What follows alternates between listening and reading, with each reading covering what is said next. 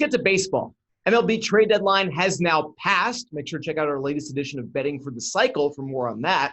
So let's talk futures. Taylor, which team made the biggest move towards a playoff push or a World Series push at the trade deadline? And I know you're not being a homer when you say what I know you're going to say. Yeah, I mean, the biggest move by far was Greinke, but the Astros were a team I was already on to begin with to make the World Series, if not win it. So, adding Greinke just makes them unfairly rich in the rotation. So it's kind of a cop-out to say that. I think another team that made a push for a playoff spot could be Cleveland. I think they kind of took something they had in starting pitching that was a pretty deep resource for them. They moved Trevor Bauer to get two big right-handed bats, Franmil Reyes and Yasiel Puig. They're only 3 back of the Twins as of this recording. They're very much in both that and the wild card race. They're getting Danny Salazar back on the day of this recording. Mike Clevenger's here. Corey Kluber's going to come back at some point.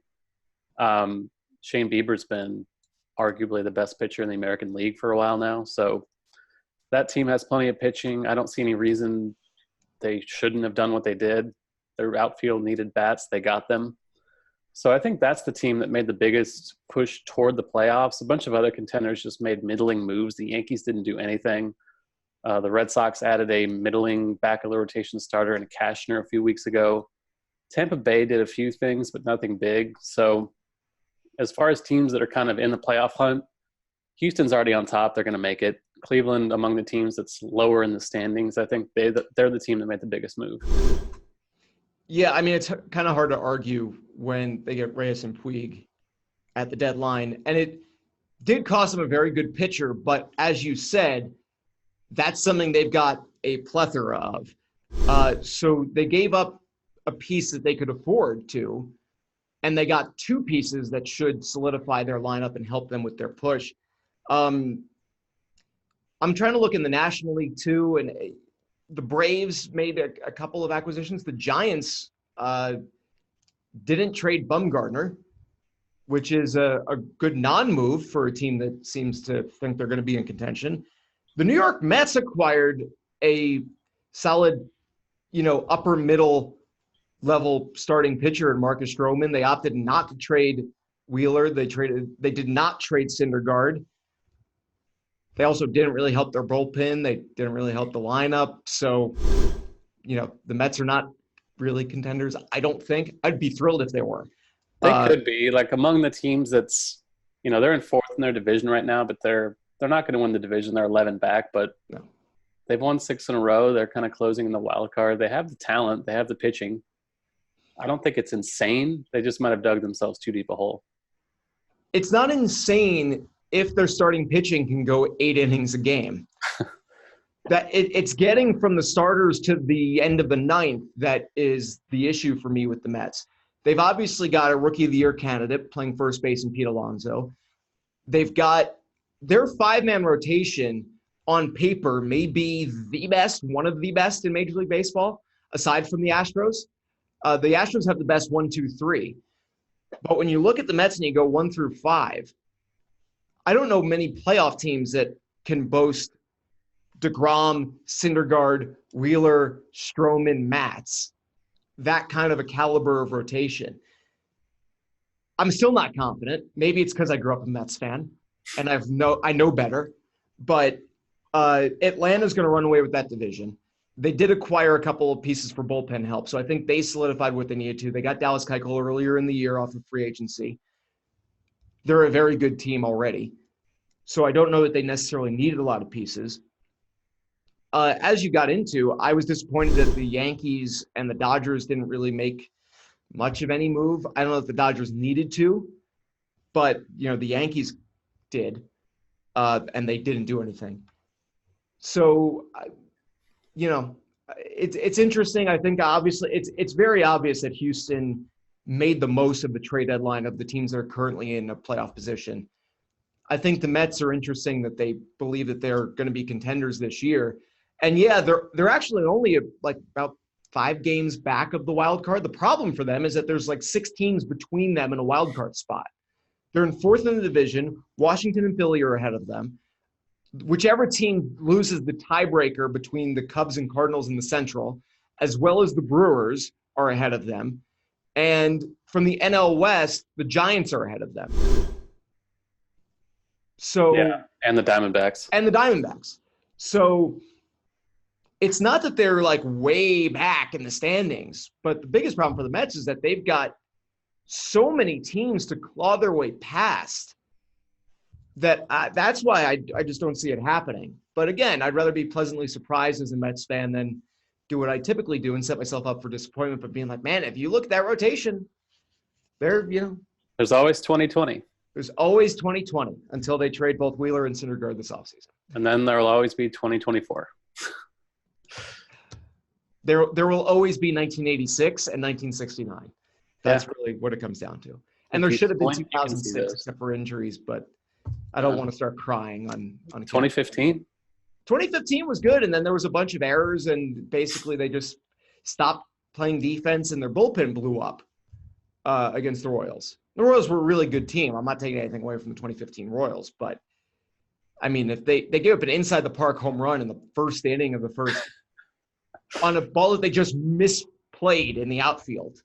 Like, this wasn't some weird cavernous, it got caught on a hill like in Houston where they used to have, or some kind of triangle it bounced around. It wasn't like Fenway Park where it could have gotten caught somewhere. It was, I think the left fielder just misplayed it, like overshot it, and it went past him to the wall, and the center fielder wasn't sprinting for it. But anyway, the Dodgers, the clear-cut favorites in the National League. Their betting odds have been fluctuating between plus 100 even money or even at minus 110 recently to win the NL pennant. The trade deadline now behind us by about 24 hours as we're sitting here. Is there any team that might be in a position to beat LA? I know that on Betting for the Cycle, you've been picking the Dodgers since we started that show. Is there a team that you see as a legitimate threat to the Dodgers before the World Series?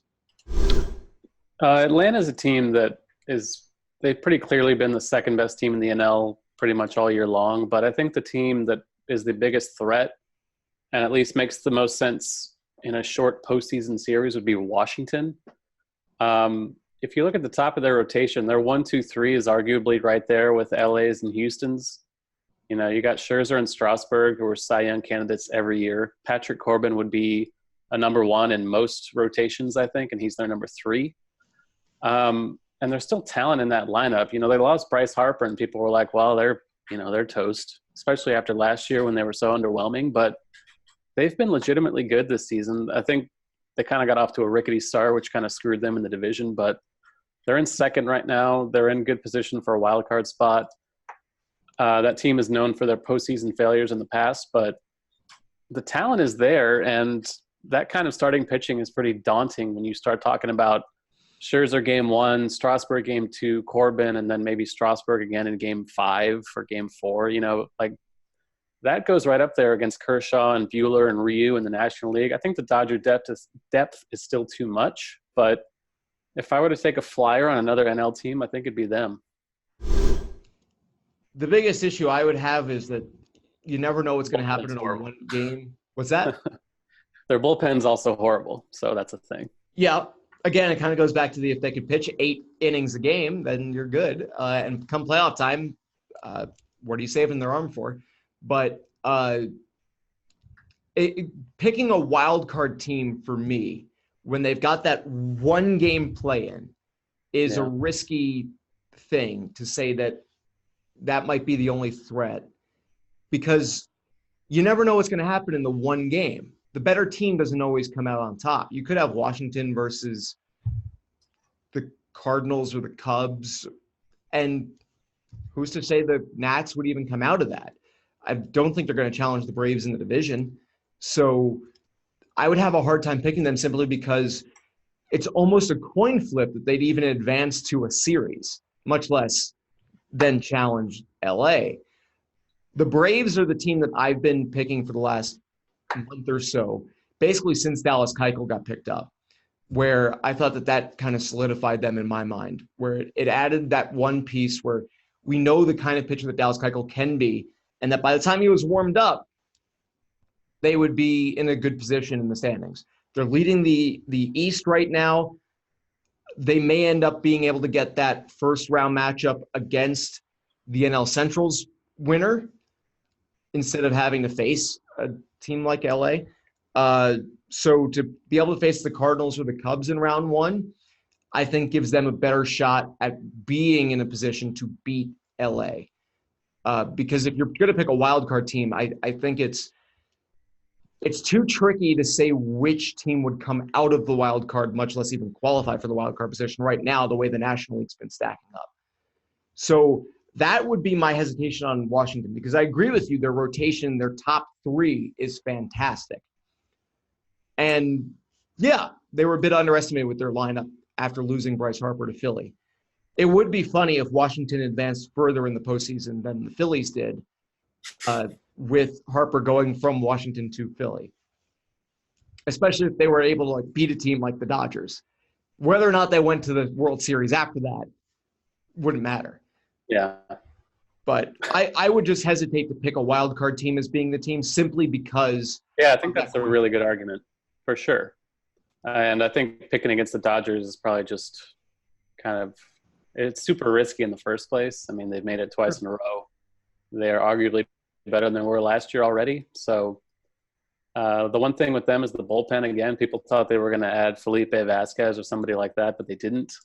That hasn't haunted them either of the last 2 years. They almost fell short last year against the Brewers, but talent ultimately won out there. They've been the best team in the league, I think, by far. So, yeah, it's either the Braves or, I guess, Washington. I don't really see anyone else rising up.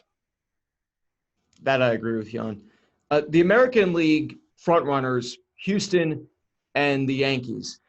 When I wrote this question down, as I just threw my pen, I wrote this probably 20 minutes before the trade deadline yesterday.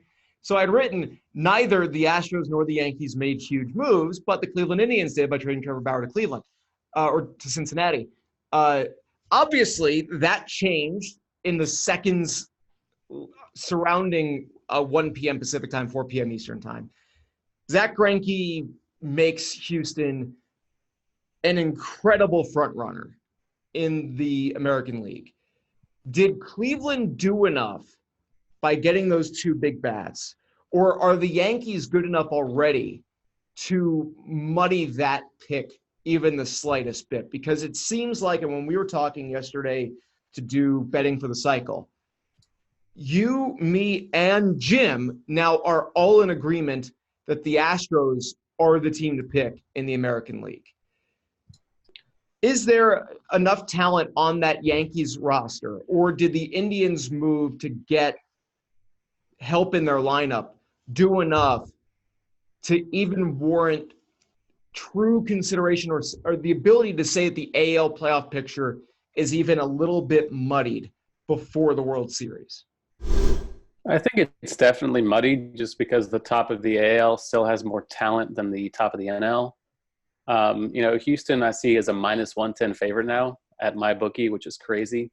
But the Yankees still have tons of talent. There are question marks, obviously. James Paxton's not been very good after being an ace the last few years with Seattle. I don't know what's going on with Luis Severino. I imagine he's going to come back at some point, but even if he does, who knows what they're going to get out of him. I think he's a top 5 pitcher in the league when healthy, but he's been out all year. You can't really depend on that. I'm willing to write off Cleveland, I think. I don't really buy them to begin with. I just think they don't have as much talent as the other teams. And I don't think you can totally write off Boston either.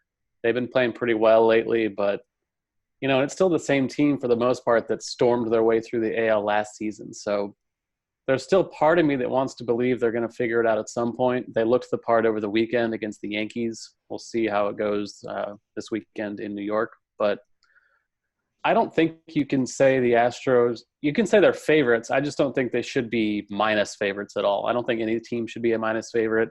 I get why they are, but, if you look at the Yankee lineup, if they do get healthy, it's still right there with Houston's as far as depth and just power potential. And the Yankees, I think, on balance of all the names in the bullpen, still probably do have the slightly better bullpen than Houston.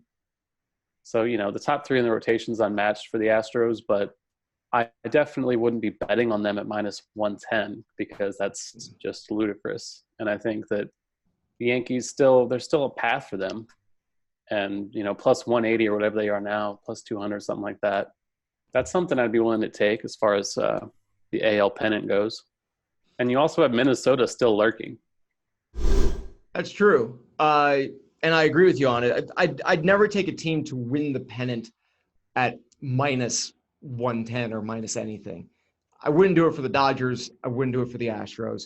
And it's incredible because my bookie took down the pennant odds on trade deadline day.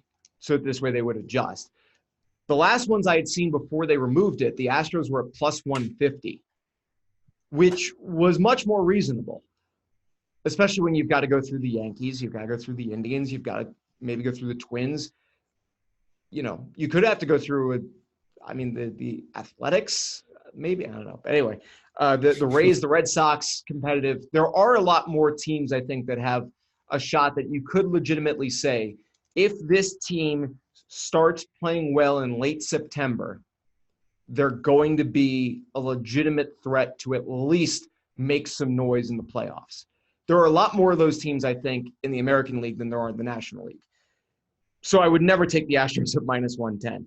I do think that they are pretty much a clear-cut favorite to win the American League.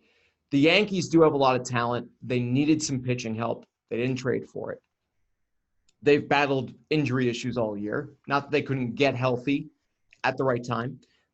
The Red Sox are an interesting one because they're kind of an enigma wrapped in a riddle where they should be so much better than they are now, and they always do just enough so that you don't want to write them off entirely. We talked about that a week ago, where this stretch of games where they're playing the Yankees 8 times and the Rays 6 times in the span of 2 weeks is kind of a bit of a make or break, and they seem like they're going to be somewhere around a little over 500 in those games, which is like the bare minimum to consider them still alive, at least in my eyes.